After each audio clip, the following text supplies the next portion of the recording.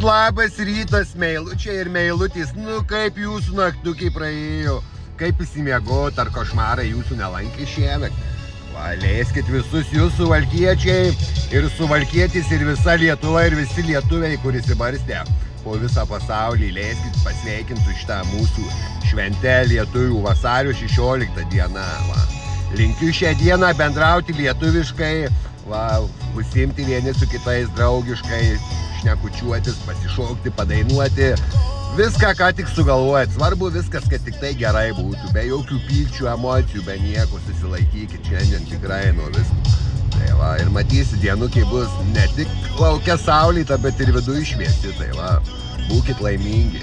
Ir dar prie to pačių pasveikinimų norėčiau su gimtadieniu pasveikit Justiną Jankėvičių ir Gediminą Jaunių ir visus kitus, kas šiandien per šitą super special datą švenčia gimtadienius. Tai va, būkit sveiki ir laimingi. Va. Linkėjimai iš Suvalkijos, iš Marijampolės. Tai va, labai mylimas miestas ir šviesus.